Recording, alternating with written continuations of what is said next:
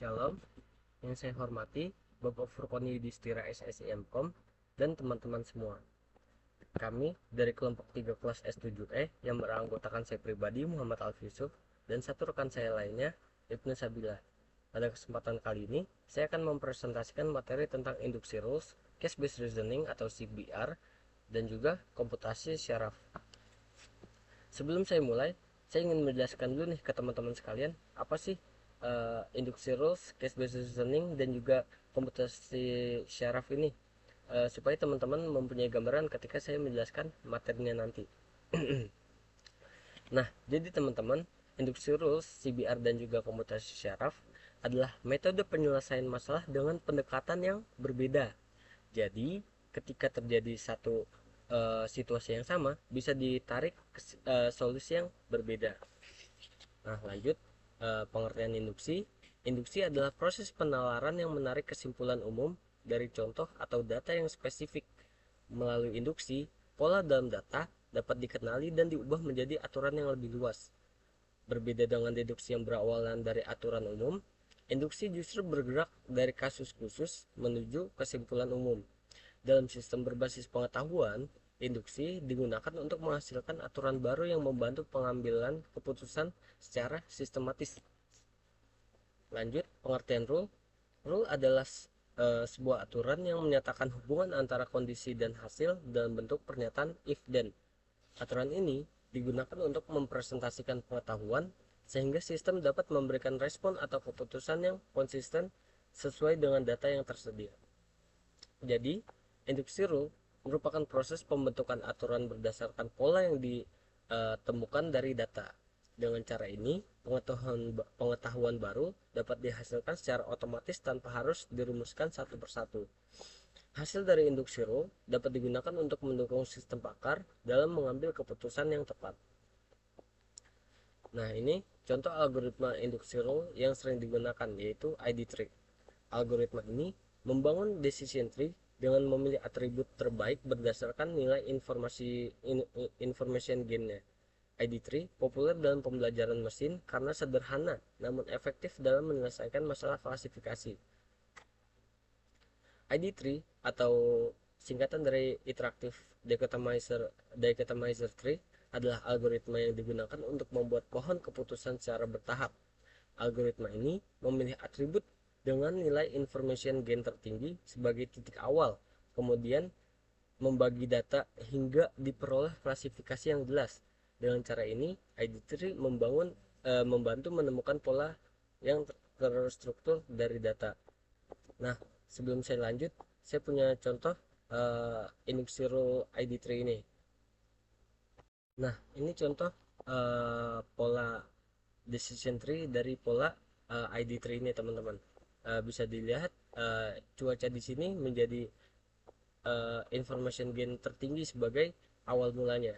Lalu dipecah lagi menjadi beberapa kasus yang dimana ketika saya beri contoh, misal di sini ketika hujan, maka pilihan yang dapat diambil adalah naik bis.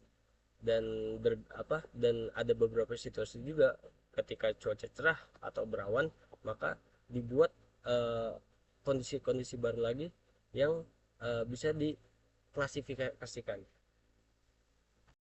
Nah, lanjut.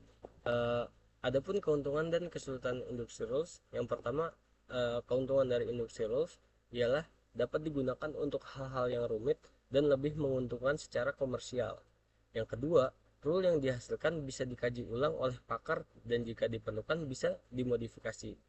Dan yang ketiga, mesin induksi juga menawarkan kemungkinan mendeduksi pengetahuan baru. Adapun kesulitan induksi rule ialah yang pertama, program induksi rule tidak memilih atribut. Yang kedua, metode ini terbatas atau pada situasi tertentu deterministik. Yang ketiga, jumlah atribut harus lebih kecil. Jika lebih dari 15, mungkin diperlukan mainframe. Nah, lanjut, case based reasoning atau CBR. Case based reasoning adalah metode pemecahan masalah dengan menggunakan pengalaman kasus sebelumnya. Sistem akan mencari kemiripan antara kasus baru dengan kasus lama, lalu mengadaptasi solusi yang pernah berhasil digunakan. CBR bekerja melalui 4 tahapan utama. Yang pertama retrieve atau mengambil keputusan serupa, yang kedua reuse menggunakan solusi lama, yang ketiga revise atau revisi menyesuaikan solusi agar sesuai, dan yang terakhir retain menyimpan pengalaman baru. Proses ini membuat sistem semakin cerdas dari waktu ke waktu. Nah, bagi teman-teman yang ingin tahu bagaimana cara kerja CBR, saya sudah menyiapkan penjelasannya di sini. Nah, begini cara kerja case based reasoning. Kita mempunyai kasus baru dan juga kasus sebelumnya yang tersimpan di dalam general knowledge. Lalu terdapat juga 4 tahapan utama uh, yang terjadi ketika case based reasoning ini berjalan. Yang pertama retrieve atau mengambil kasus yang serupa atau yang mirip. Lalu ada reuse menggunakan kembali kasus yang mirip tadi.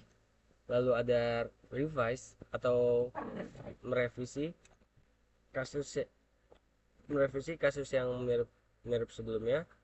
Lalu yang terakhir ada retain atau menyimpan kasus yang sudah diselesaikan.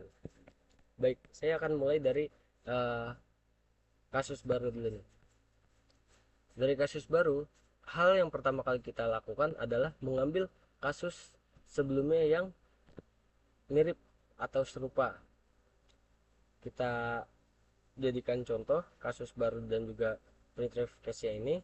Lalu retrieve case ini kita reuse, kita gunakan kembali untuk dijadikan contoh terbaik bagaimana cara menyelesaikan kasus kasus baru ini.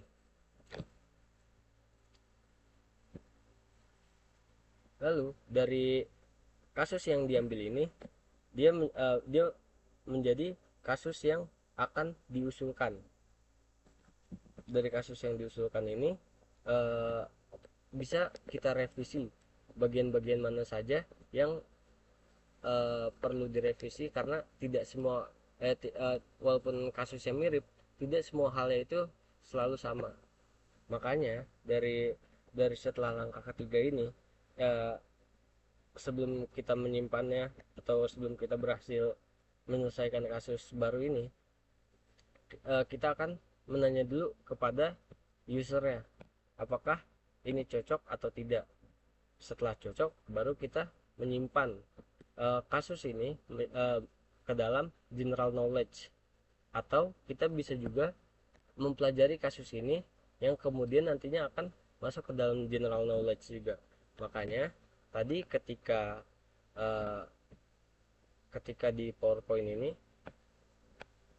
proses ini membuat sistem semakin cerdas dari waktu ke waktu, karena kasus-kasus lama kasus-kasus baru akan dikumpulkan terus menjadi kasus-kasus sebelumnya yang tersimpan di dalam general knowledge. Nah, ini kelebihan dan kekurangan CBR. Kelebihan CBR yang pertama adalah cepat dalam menyelesaikan masalah dengan memanfaatkan kasus sebelumnya. Yang kedua, fleksibel dan mudah beradaptasi dengan situasi baru. Dan yang ketiga, sistem belajar dari pengalaman semakin putar seiring bertambahnya kasus.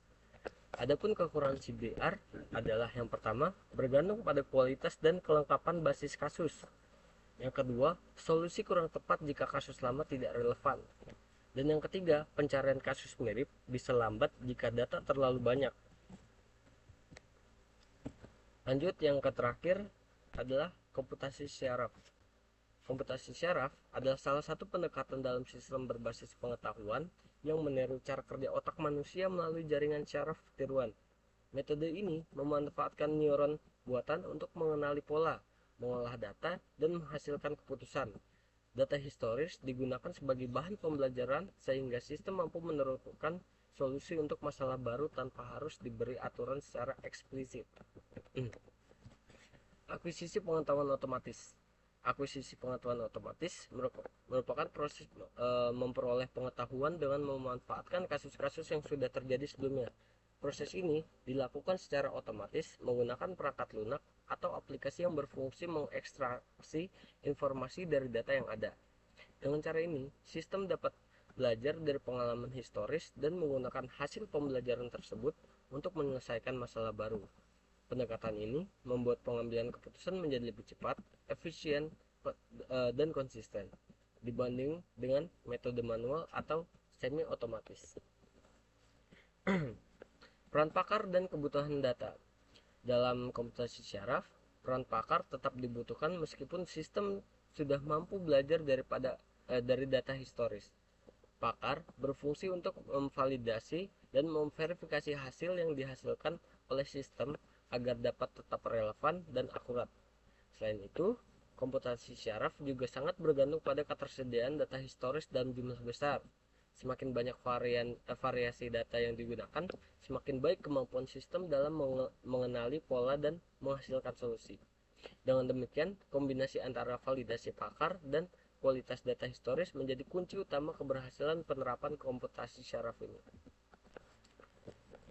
Baik, mungkin segitu saja yang bisa saya jelaskan. Kurang lebihnya mohon maaf. Wassalamualaikum warahmatullahi wabarakatuh.